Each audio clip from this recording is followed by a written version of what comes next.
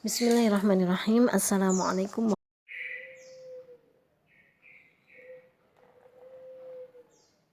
Kemudian li anfusina wa min sayyiati a'malina may yahdihillahu fala mudhillalah wa may yudlilhu fala hadiyalah. Allahumma shalli ala Muhammad wa ala alihi wa ashabihi ajma'in. Rabbi shrah li sadri wa yassir li amri wahlul 'uqdatam min lisani yafqahu qawli. Allahumma anfa'na bima 'allamtana wa 'allimna ma yanfa'una warzuqna 'uluman tanfa'una. Allahumma ja'al majlisana hada majlisan marhuman wa tafarruqana min ba'dina tafarruqan ma'suman.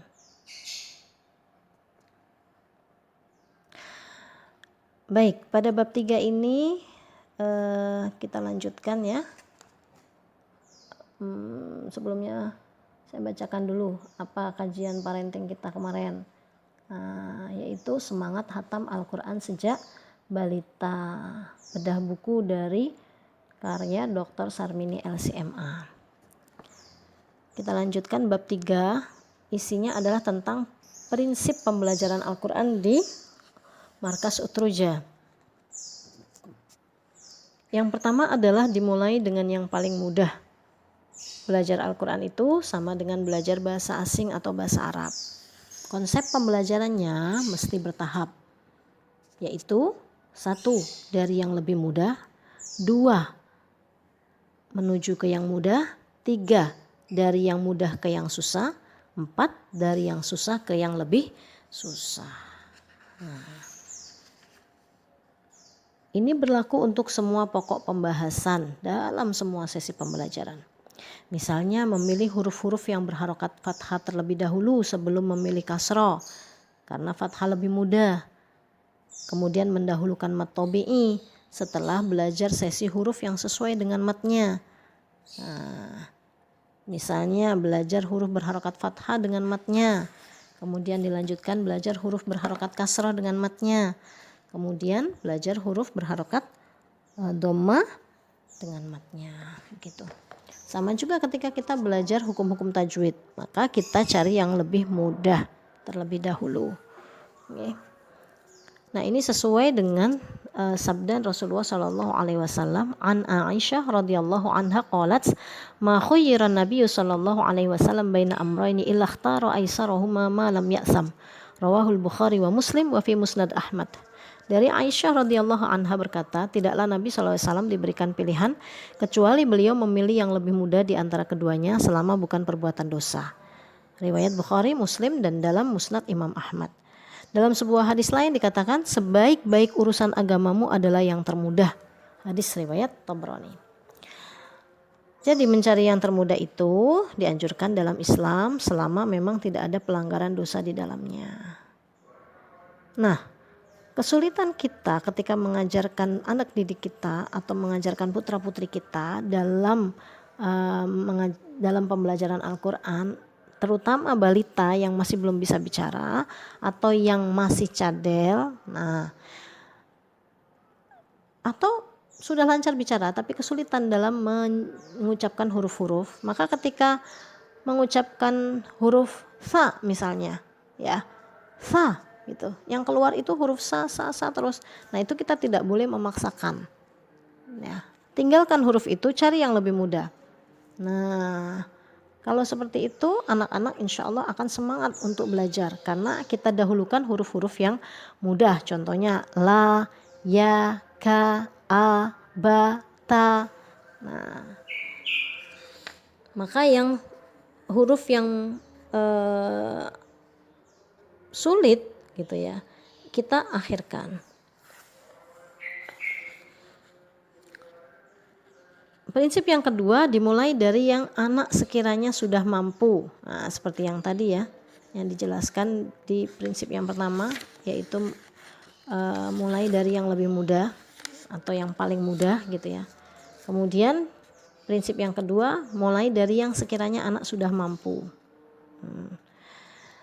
Rasulullah sallallahu alaihi wasallam bersabda, ruwiya an Ali bin Abi Thalib radhiyallahu anhu qala, khatibun nasa ala qadri uqulihim atuhibbuna an yukadziba Allah wa rasulahu.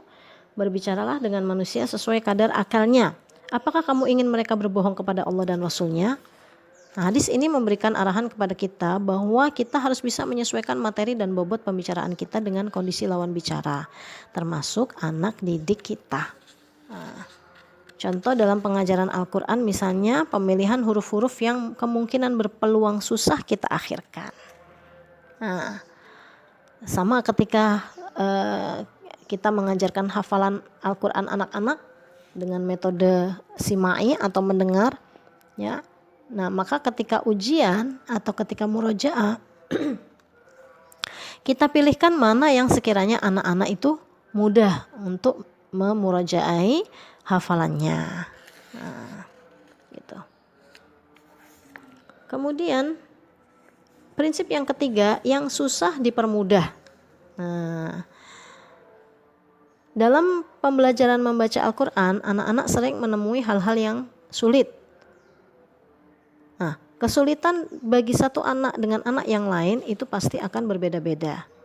Bahkan hal yang dirasa susah atau sulit oleh pendidiknya malah justru kadang menjadi mudah bagi anaknya, atau sebaliknya, hal yang pendidik anggap mudah, ya, ternyata malah anak-anak itu mempraktekannya kesulitan.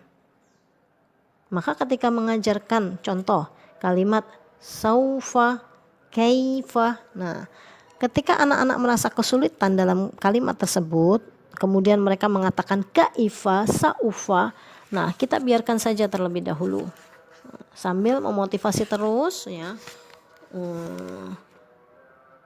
Ketika sudah masuk di dalam Al-Quran menemukan huruf-huruf yang seperti itu, selalu kita koreksi, kita benarkan begitu, ya.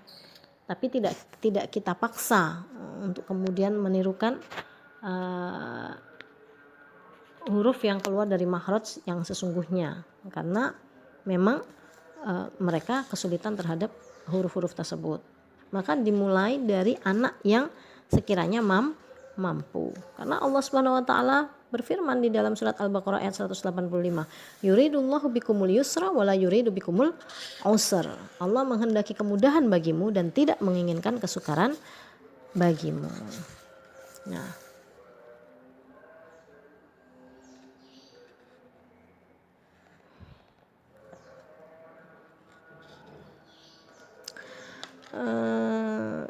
kemudian yang keempat, yang lebih susah dibuat menyenangkan. Pembelajaran Al-Quran sebagaimana juga bidang studi apapun pasti akan menemui bagian tertentu yang lebih susah dibanding lainnya, ya. Maka sudah seharusnya kita menjadikan yang sulit atau yang susah itu menjadi menyenangkan atau lebih mudah, tidak membiarkannya di mata anak-anak itu sulit, ya.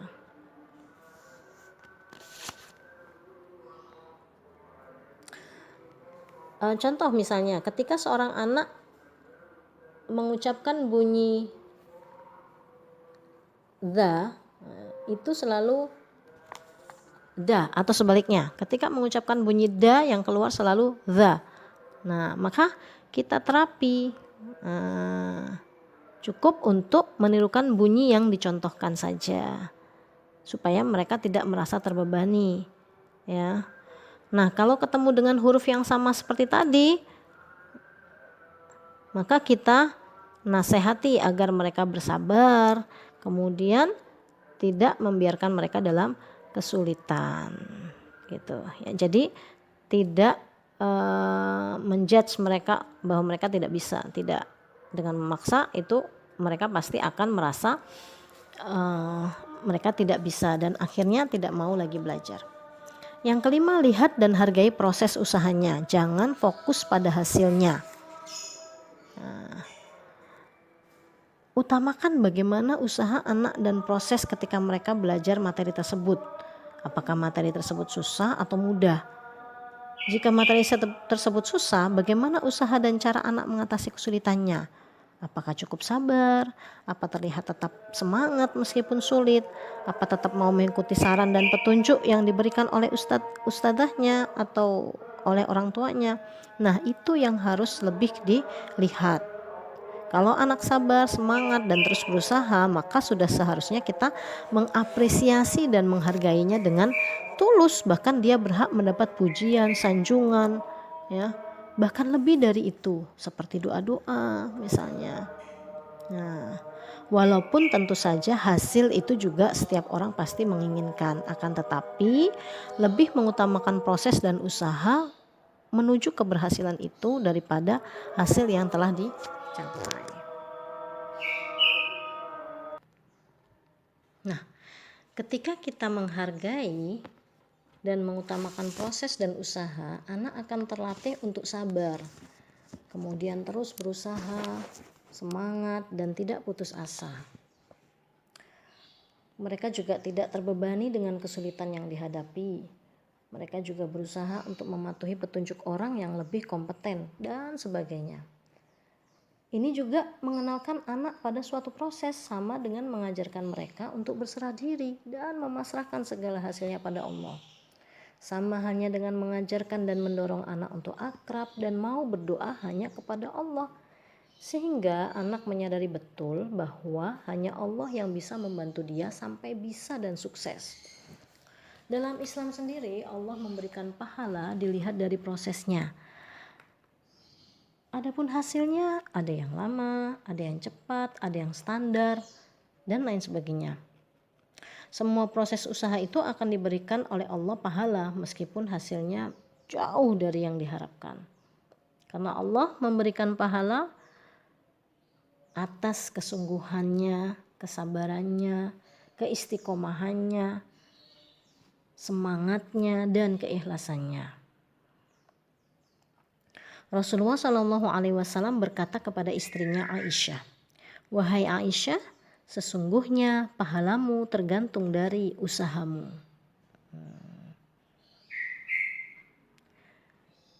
Dan dalam surat Ar-Ra'd, Allah Subhanahu wa taala berfirman, "Fa innama 'alaikal balaghu wa 'alainal hisabu."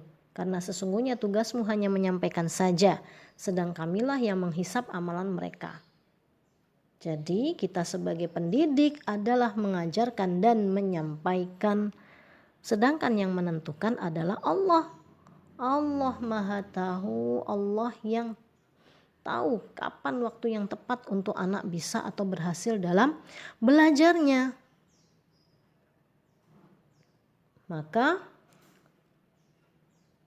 bukan sesuatu yang berlebihan ketika kita lebih melihat dan menilai anak-anak dalam proses menuju hasil. Ya. Karena pada saat yang menurut Allah tepat, pasti Allah akan berikan hasil itu tanpa perlu khawatir tertukar dengan hasil orang lain. Nah, perasaan seperti inilah yang selalu hidup dalam hati Dr. Sarmini LC.MA ketika mengajar kepada anak didiknya dan putra-putrinya. Beliau mendapatkan motivasi penuh, semangat, dan bersabar menghadapi segala perbedaan yang ada pada kemampuan anak-anak beliau. Nah, Rasulullah SAW bersabda, qala Rasulullah SAW, al-anatu minallahi wal ajalatu minasyaiton, min sunanit Tirmidzi. Bahwa sikap hati-hati itu dari Allah dan tergesa-gesa itu dari syaitan.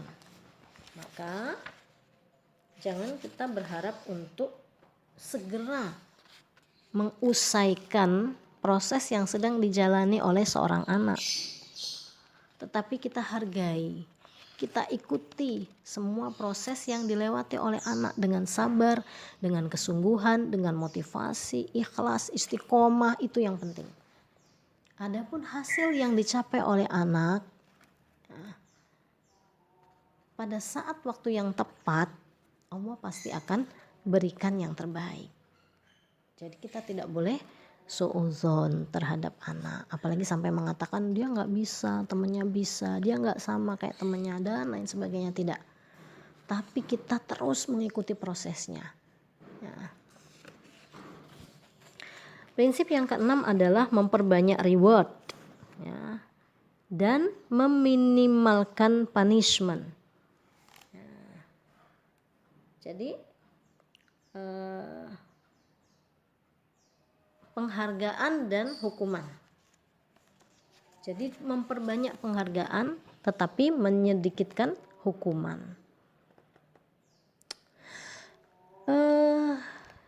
Sudah seharusnya kita mengkondisikan anak agar mereka mendapatkan penghargaan, bukan malah menggiring atau senang kalau anak mendapat hukuman. Apa kunci daripada itu? Kuncinya adalah dengan melipat gandakan kesabaran dalam menghadapi anak-anak.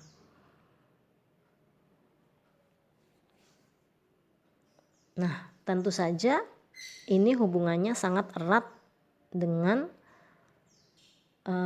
keutamaan proses daripada hasil. Ya. Penghargaan yang diberikan oleh Dr. Sarmini, ya, itu ada dua artian, yaitu penghargaan yang berupa maknawi dan materi. Kedua jenis penghargaan ini tentu disesuaikan dengan tingkat kesulitan selama belajar Al-Quran. Penghargaan maknawi yang paling sederhana yang sering diberikan oleh beliau adalah ungkapan doa-doa, ungkapan motivasi, ya, seperti barakallahu fiik, gitu ya. Semoga Allah senantiasa memberkahimu, Allah yaziduki ilman, semoga Allah senantiasa menambahkan ilmu atasmu, Allahu yu'inuki, semoga Allah selalu menolongmu. Nah, ungkapan-ungkapan ini mungkin terasa sederhana sekali ya, mudah diucapkan dan kurang menarik mungkin di sebagian orang. Akan tetapi makna ungkapan doa ini sangat dalam, terlebih sejak awal ketika kita mampu mensosialisasikan makna doa-doa ini kepada anak-anak. Bahkan akhirnya hal tersebut merupakan harapan daripada anak-anak kepada kita supaya kita mengucapkan doa-doa tersebut. Kenapa sih kita harus memberikan doa-doa, ya, ungkapan-ungkapan yang baik? Karena doa orang tua untuk anak-anaknya itu mustajab. Ustadzah Sarmini tidak ingin sekedar ungkapan yang menyenangkan untuk didengar, tapi amat miskin dari doa. Contoh, wah kamu mumtaz, excellent, bagus, pintar, ya, cerdas, hebat. Ya, tapi kita lupa tidak memberikan doa-doa terbaik untuk anak-anak kita. Maka libatkan Allah dalam ungkapan-ungkapan kita.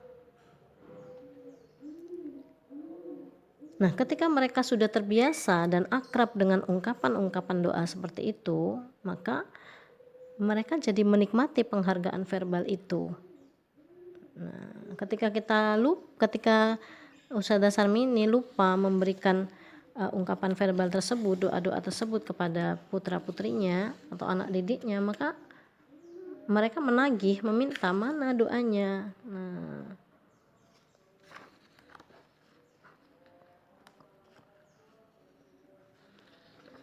kemudian itu tadi penghargaan maknawi, penghargaan materi. Nah, penghargaan materi itu diberikan secara selang-seling dengan penghargaan maknawi. Tentu saja hadiahnya disesuaikan dengan usaha dan seberat apa tantangannya. Juga disesuaikan dengan budget dan lebih memperhatikan aspek kemanfaatan dan edukasinya. Jangan sampai kita termasuk yang berlebih-lebihan dan melakukan pemborosan. Jadi untuk hadiah, ya, itu disiapkan ketika memang hadiah itu dibutuhkan. Bukan asal beli tapi tidak butuh sebenarnya.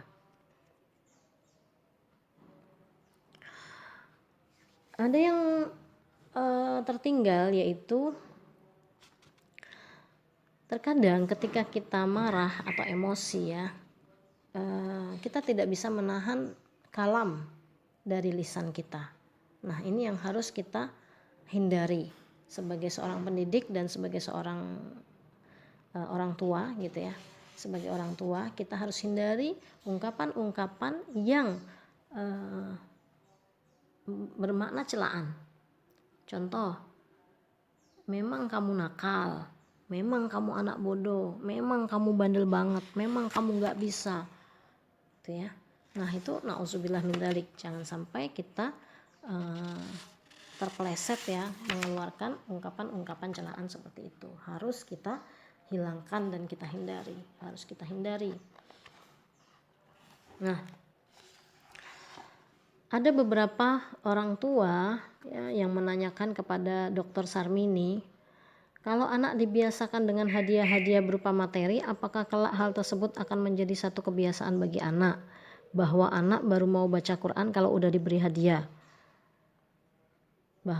Itu dijawab oleh Dr. Sarmini bahwa pemberian hadiah materi harus seiring dan sejalan dengan penghargaan maknawi.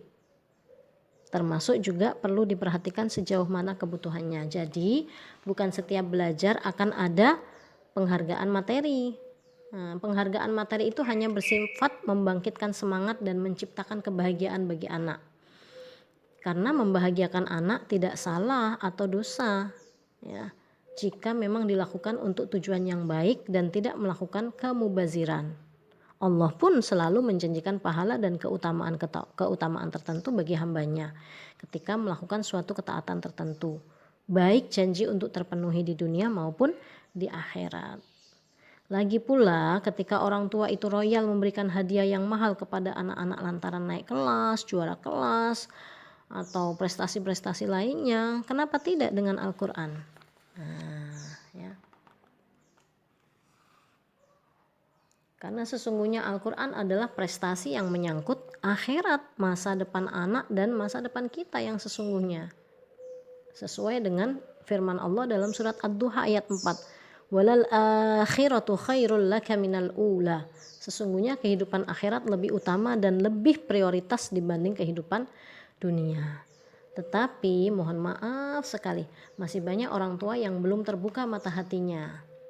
Bahwa untuk hal yang sifatnya duniawi, orang tua teramat royal dengan anak-anaknya dibandingkan dengan urusan akhirat. Contoh, Ustazah Sarmini beri contoh, setiap hari anak pergi ke sekolah, kita pasti sudah menyiapkan uang jajannya. Akan tetapi ketika anak pergi ke TPQ atau TPA, uang jajan hanya ala kadarnya. Dari sini saja sudah terlihat sikap dan mental orang tua dalam memandang dan memposisikan belajar Al-Quran dengan ilmu-ilmu lain yang sifatnya keduniaan. Tidak sedikit orang tua yang menganggap bahwa belajar Al-Quran hanya seperti salah satu ekstrakurikuler anak. Na'udzubillah min dzalik. Keterlambatan dan ketidakmampuan anak dalam membaca Al-Quran tidak ditanggapi serius oleh orang tua. Sebaliknya, jika nilai anak tidak mampu melampaui nilai kompetensi yang ditetapkan oleh guru-guru mereka tentang pelajaran-pelajaran yang sifatnya keduniawian, orang tua langsung sibuk mengajari anak, bahkan mendatangkan guru privat dan sebagainya. Nah, karena cara pandang yang salah inilah anak-anak pada akhirnya menomorduakan Al-Quran dan lebih mengutamakan hal yang lain. Ya. Ada juga yang bertanya, orang tua bertanya kepada Dr. Sarmini, aduh susahnya kalau setiap anak bisa atau mencapai sesuatu tertentu harus diberi hadiah, berapa banyak uang yang harus dikeluarkan? Dr. Sarmini mengingatkan bahwa anak-anak sesungguhnya bukan ingin sesuatu yang mahal-mahal, tetapi mereka ingin rasa untuk dihargai, diakui kemampuannya, yang jika itu tulus dari dalam hati kita, pasti terpancar energi positifnya dan sampai ke dalam hati anak-anak. Coba nanti dirasakan bagaimana kebahagiaan dan raut muka binar-binar oleh anak-anak saat mereka mendapatkan penghargaan dari kita. Dan itu menyehatkan mental, Makanya harus sering kita lakukan. Pada saat inilah kita akan merasakan bahwa anak adalah cahaya mata, buah hati, qurrata a'yun.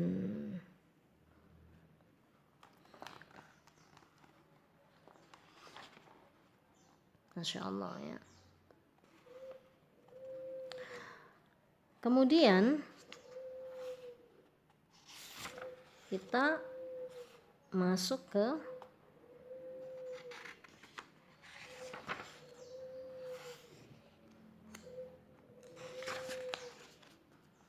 prinsip yang ketujuh. Yang penting setiap hari bersama Al-Quran. Setiap orang tua pasti memiliki target ya, terhadap pembelajaran anak-anaknya. Namun ingat, jangan sampai kita kaku dengan target yang ingin kita capai tanpa mau melihat kondisi anak saat itu. Karena orang tua harus merasakan dan memahami bahwa anak ada waktunya merasa capek, bosan, bad mood, dan lain-lain. Nah, ketika kita mempunyai target atau memasang target untuk anak-anak kita, maka kita pasrahkan target itu kepada Allah. Kita iringi dengan doa agar Allah berkenan menolong dan memudahkan anak-anak untuk memenuhi target itu. Kemudian sambil mengajar, kita selipkan dalam hati kita doa-doa.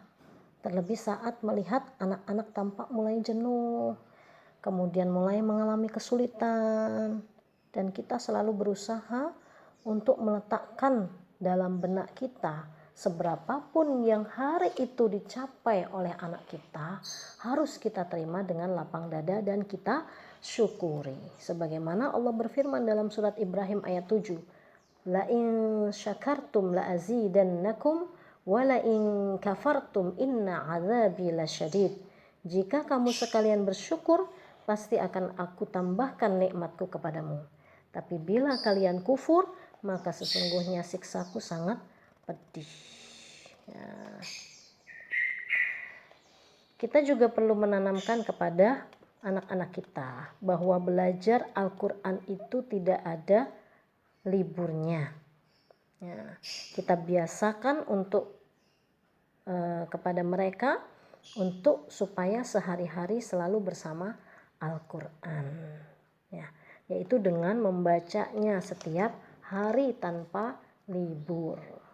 Kalaupun ketika kita bepergian bersama-sama dengan mereka atau sekedar keluar rumah untuk refreshing, maka kita selalu bawa Al-Quran atau buku belajar Al-Quran milik mereka. Sebisa mungkin kita menyiasati semua kondisi, ya, walaupun kadang ada juga di luar prediksi atau hal-hal yang tidak terduga sehingga proses belajar tidak terlaksana. Namun ya, tidak harus kita memaksa-maksakan agar program berjalan sesuai rencana. Ya. Dr. Sarmini hanya ingin menciptakan kecintaan terhadap Al-Quran itu muncul secara natural meskipun dengan pengkondisian. Jadi beliau tidak ingin ada semacam pemahaman yang masuk ke alam bawah sadar anak bahwa Al-Quran hanya biasa untuk dibaca di rumah, biasa dibaca di kamar pribadi, biasa dibaca di musola, biasa dibaca di masjid, atau biasa dibaca pada saat bulan Ramadan saja. Tidak. Tapi bagaimana mereka sehari-hari selalu bersama dengan Al-Quran. Prinsip yang ke-8, mencintai Al-Quran jauh lebih penting daripada sekedar pandai membaca Al-Quran. Nah, bagaimana kita membuat anak-anak kita sejak dini, sejak balita mencintai Al-Quran? Bukan sebatas mengantarkan anak bisa baca Al-Quran kemudian selesai. Bukan. Ya, kita kawal perjalanan putra-putri kita dalam rangka belajar menjalin cinta dengan Al-Quran, agar kelak mereka dewasa benar-benar ada cinta yang menggelora dalam dadanya kepada Al-Quran.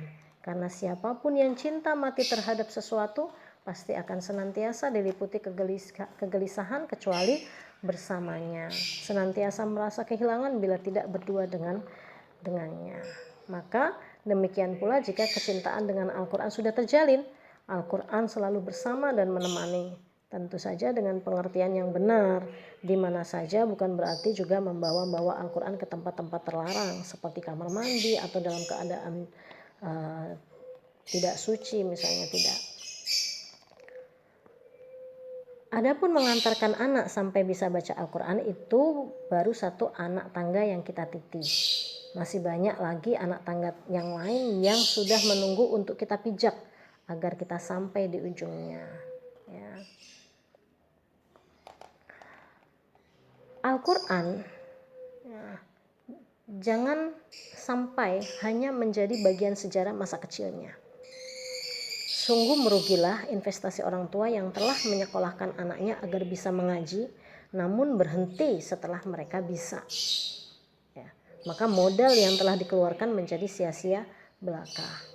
Oleh karena itu, kita berusaha untuk memilih cara yang memudahkan anak-anak agar bisa selalu dekat dengan Al-Quran. Cara-cara yang persuasif yang anak bisa menerima dengan baik. Ya. Kemudian yang ke-9, prinsip yang ke-9 atau yang terakhir, ya. Dr. Sarmini ingin kegiatan bersama Al-Quran selalu dikenang indah. Ya. Semuanya dicoba oleh Dr. Sarmini untuk didesain dalam pengajaran Al-Quran untuk anak-anak, itu tiada lain agar kelak mereka besar dan dewasa ada bekas yang indah dalam dadanya, terbawa sampai menikah, sampai punya anak, bahkan lebih dari itu. Tidak mudah terhapus kenangan itu dari benak dan lubuk hatinya. Maka beliau menanamkan semenjak sekarang bahwa Al-Quran, belajar Al-Quran di waktu kecil itu adalah masa-masa yang paling bahagia dan indah, sehingga kelak mereka pun ingin membuat hal yang sama atau lebih baik dari yang dilakukan oleh orang tua atau pendidiknya untuk generasi seterusnya. Mungkin itu yang bisa kami sampaikan pada bab 3. Insyaallah kita akan bertemu kembali pada bab-bab selanjutnya. Kita tutup dengan baca doa kafaratul majlis. Sebelumnya mohon maaf yang sebesar-besarnya. Aku qauli hadza wa astaghfirullaha li wa lakum. Assalamualaikum warahmatullahi wabarakatuh.